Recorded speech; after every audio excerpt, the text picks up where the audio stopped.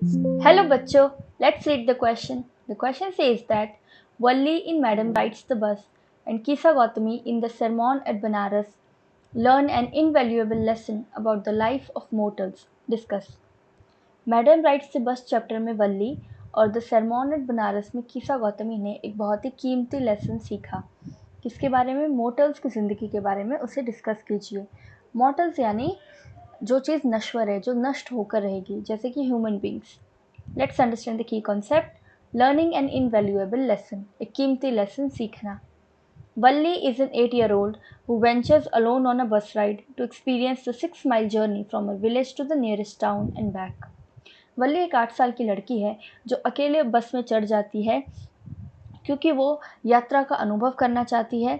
कहाँ से? अपने गांव से नज़दीकी टाउन तक और फिर वापस उस टाउन से अपने गांव तक। और ये दूरी कितने इसका डिस्टेंस कितना है? इसकी दूरी कितनी है? 6 मील, 6 माइल।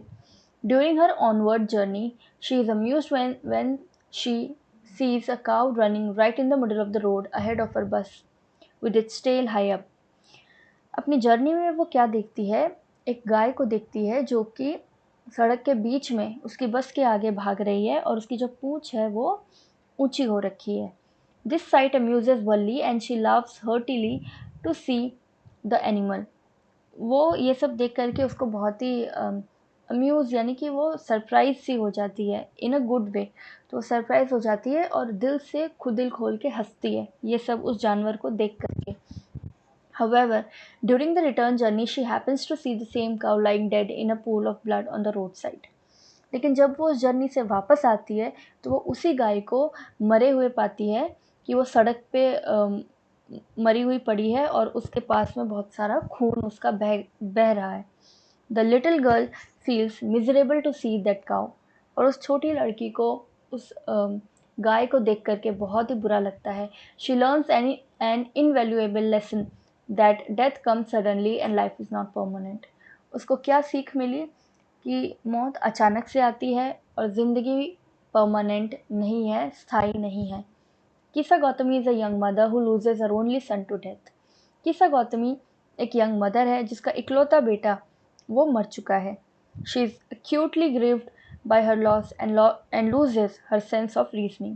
उसको बहुत ज़्यादा दुख है जो नुकसान उसका हुआ है और वो अपनी सोचने समझने की शक्ति भी खो बैठी है।